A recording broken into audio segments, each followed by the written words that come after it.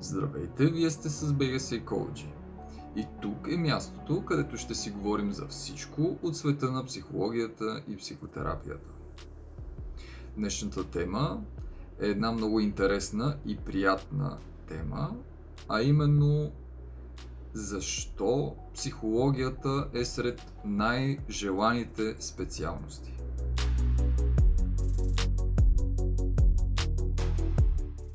За поредна година специалността психология е най-желаната в Софийския университет.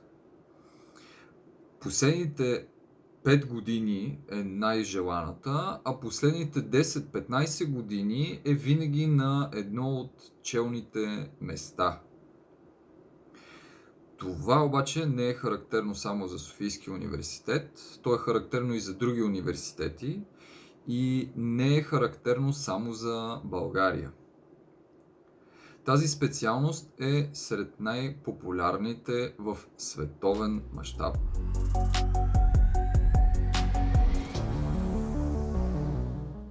Преди обаче да се опитаме да си отговорим на този въпрос, защо психологията е най-желаната специалност, нека да се опитаме да отговорим на въпроса с какво се занимава тя.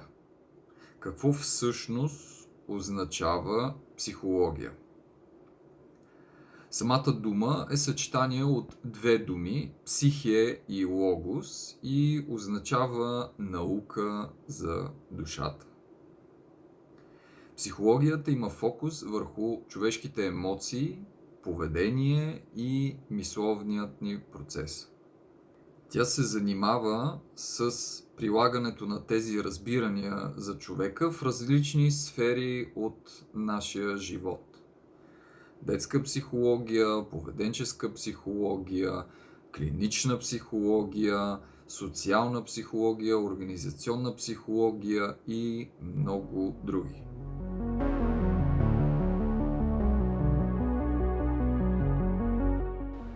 Разгледах различни статии по темата за психологията най-желаната специалност.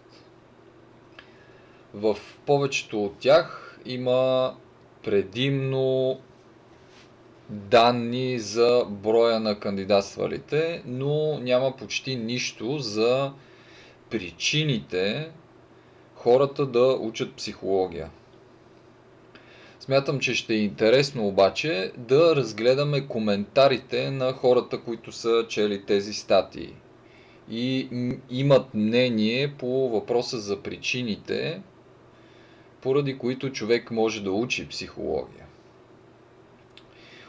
Отворил съм статия на Mediapool "Психология остава най-желаната специалност в Софийския университет". Тя е от 9 юли 2019 година, съвсем отскоро, и отдолу има 7 коментара. В коментарите можем да прочетем, че психолозите те учат психология по две причини. Имат нужда от психиатрична помощ или екзистенциален ориентир в болното ни общество и от немай къде решават сами да си помогнат. Гледали са много филми за богати психотерапевти и се представят като такива. Или психологията това е подготве за продавачка на чорапи.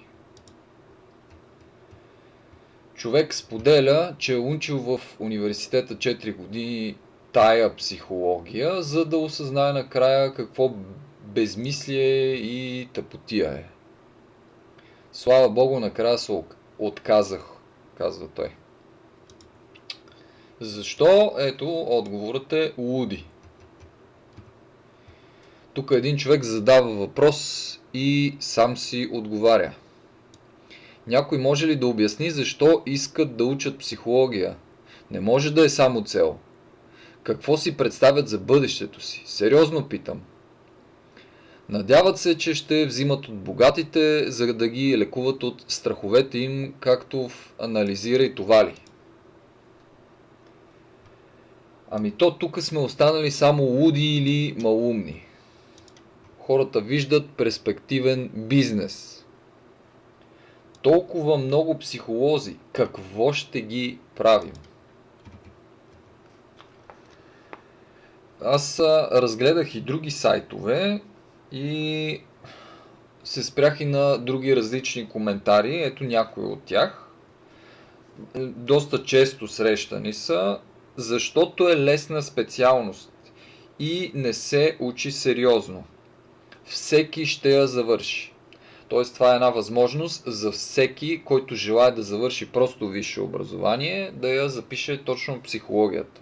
Нали, това е доста често срещано като коментар, като мнение под такива статии.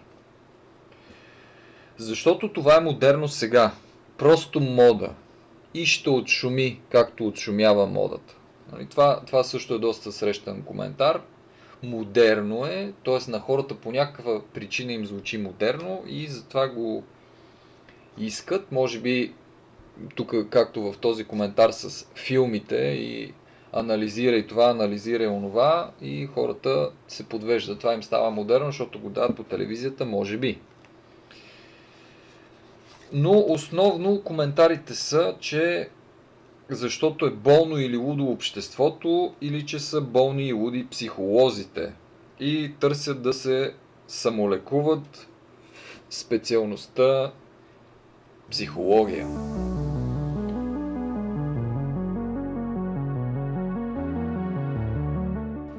В момента сме отворили сайта на Американската психологическа асоциация. Заглавието на статията е "Психологията е по-популярна от всякога". И можем да прочетем, че има все повече глад за психолози и за образование по психология. В тази статия също се разглежда това, че все повече хора има, които искат да учат психология и поставя въпроса за това влияе ли на обществото то да бъде по-здраво. Ако имате интерес, можете да намерите тази статия и да я прочетете. Тя, разбира се, е на английски език.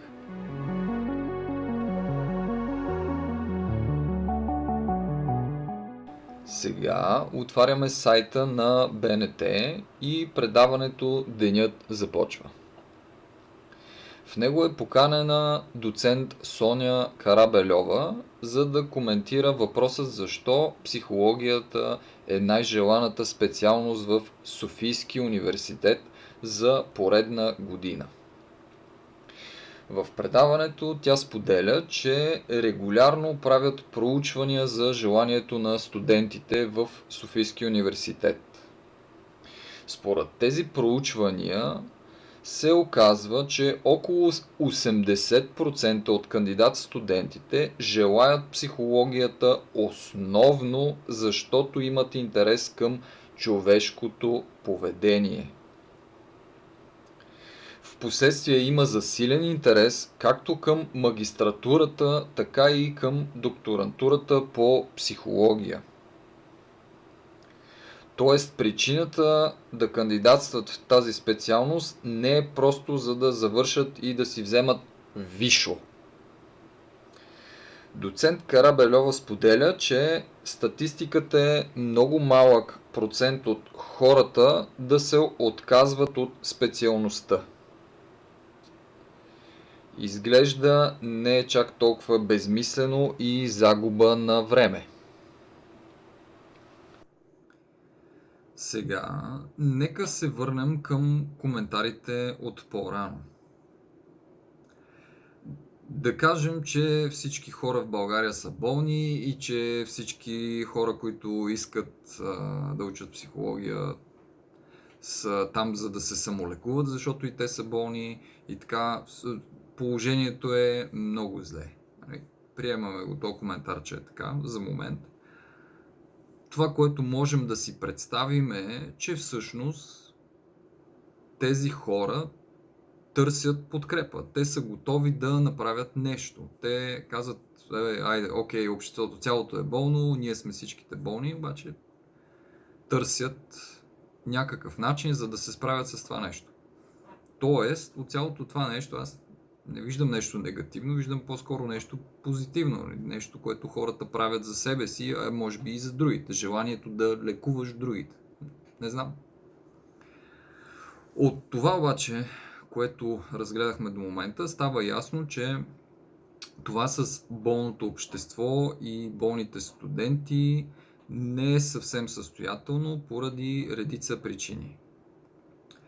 Има такива коментари обаче, които твърдят, че психологията е лесна, лесно се влиза, лесно се завършва, всеки може да я завърши и така.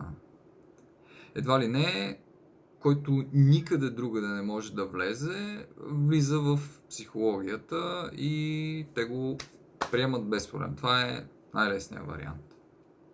Как ви звучи това? За да можем да коментираме тази тема, трябва да разгледаме първо как функционира една специалност в един университет. Тази специалност присъства всяка година и всяка година приема нови студенти. Нарича се кандидатстване процеса по влизане в дадена специалност, защото не е сигурно, че ще те приемат в това, което желаеш да учиш. Защо обаче не е сигурно? Защото всяка специалност има определен брой студенти, които могат да влязат в нея. Някои кандидати ще имат множество изпити за дадена специалност, някои ще имат един или два, за някои специалности няма изпити, ще се кандидатства само с успех по документи. Факт е обаче, че успешното влизане в дадена специалност зависи от успеха на кандидат-студента. Ако кажем, че за дадена специалност има 100 места, то успешното влизане зависи и от броя на кандидатите и от техният успех. Ако кандидатите са 90 за специалност, в която има 100 места, то вероятно всички ще влязат. Това звучи логично. Това е едно лесно влизане в специалност, тъй като няма достатъчно конкуренция. Има в случая повече места, отколкото желаещи. Хайде сега да си припомним как стоят нещата при психологията. 5000 кандидати, 9000 кандидати, 14 000 кандидати, 9000 кандидати отново през различните години. Ако се замислим за тези огромни бройки, ще установим, че нашата кандидатура за тази специалност е една от примерно 8000. Ние кандидатстваме за 100 места. Колко е шанса да ни приемат в тази специалност? Какъв успех се очаква да имаме, за да успеем да се конкурираме с още 8000 човека? Шансът да ни приемат е доста малък.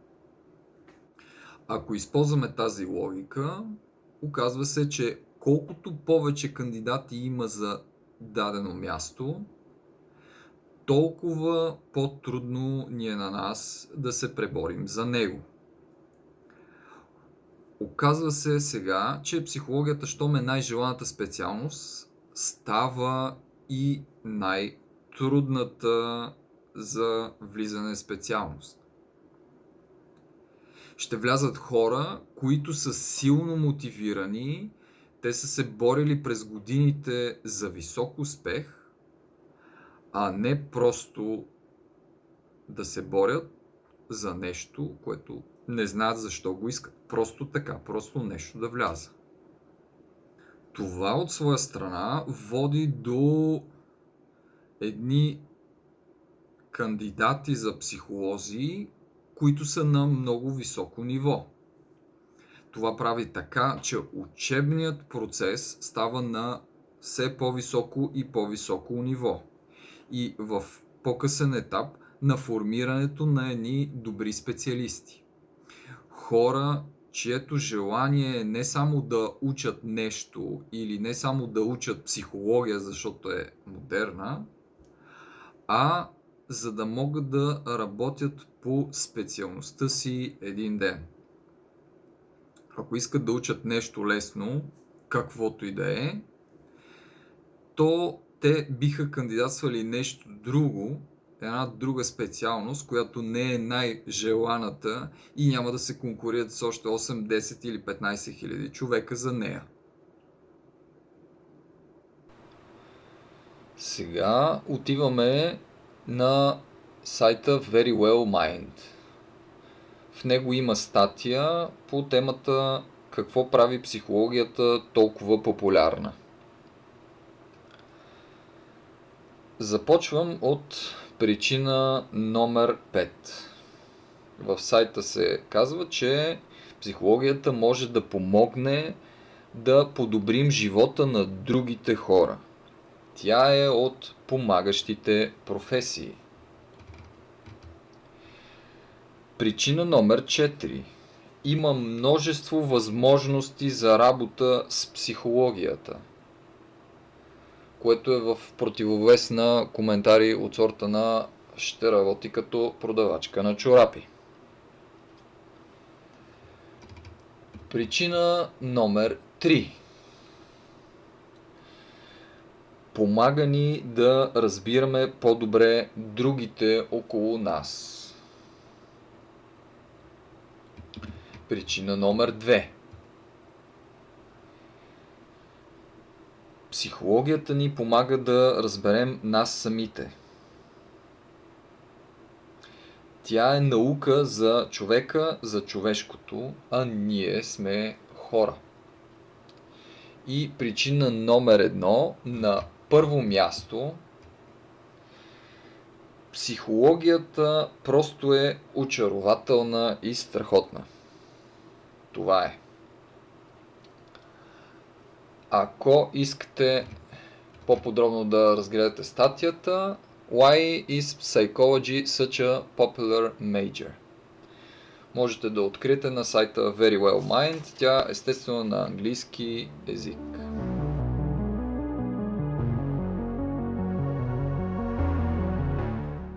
Вече споменахме доста от нещата, заради които специалността психология може да е интересна за кандидат-студентите.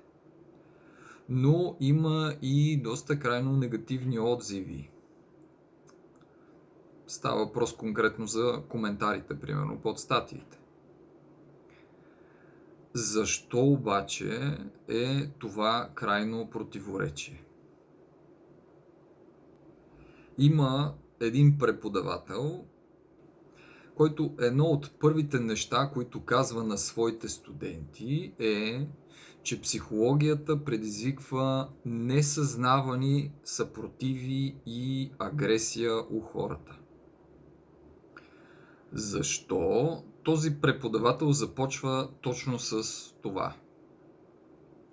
Какво има предвид той? Какво означава това несъзнавани съпротиви? Макар психологията да е наука за човека и това да я прави интересна, тя може да разкрива неща, за които хората все още не са готови. Човекът няма огромно желание да си дава сметка за проблемите, трудностите и слабостите, които има. А как реагираме ние хората, когато не сме готови за нещо и това нещо идва към нас и разкрива нашите собствени слабости, трудности, проблеми, които имаме? Естествено е ние да имаме страхове. Ние да имаме съпротиви към това нещо и да не го искаме в живота си. Можем дори да кажем, че бихме го омаловажили като нещо, което не струва, като нещо, което е загуба на време, като нещо, което не си заслужава, като нещо, което няма бъдеще. Можем да кажем, че това нещо е мода просто, т.е. няма смисъл отвъд това да е модерно и като всяко нещо, което е модерно, то идва времето, в което да отшуми и ще приключи. Ако можем по някакъв начин да се опитаме това нещо да си го представиме, физически то би изглеждало последния начин. Имаме болка някъде в ръката. Това е обаче място, което ни боли. Какво се случва? Идва нещо, което ни казва, трябва там да се пипа. Не, ние не искаме да го пипаме, не искаме да го натискаме, не искаме да се занимаваме с това нещо. Това, което искаме е да някакси да мине от само себе си и въобще да не го докосваме. Всяко докосване на болното място ще предизвика още болка, която ние не искаме да преживееме. Ако си позволим обаче да се изправим срещу себе си, то това би ни дало много възможности. Психологията дава разбиране, помощ и подкрепа на хората. Помага за преодоляването на трудностите, които имаме и подкрепя нашето развитие като личности. Дали наистина има множество възможности за работа по специалността психология? Би ли ви било интересно да поканим гости, психолози, които вече работят с своето образование психология в различни сфери? С тяхна помощ бихме могли да се опитаме да разберем какво е да учиш и да работиш по специалността психология и за възможностите за реализация. И също така, какво означава да си психолог? Тоест, това е човек, който взима тежките товари на другите хора върху себе си, или това е човек, който е открил тайната и знанието и ти отиваш при него, за да ти го даде и се излекуваш с това знание, или може би е нещо съвсем друго. Благодаря ви за това, че харесвате видеята, благодаря ви за това, че ги споделяте и ви благодаря за това, че се абонирате за канала. По този начин вие помагате този канал да се развива. Благодаря за вниманието.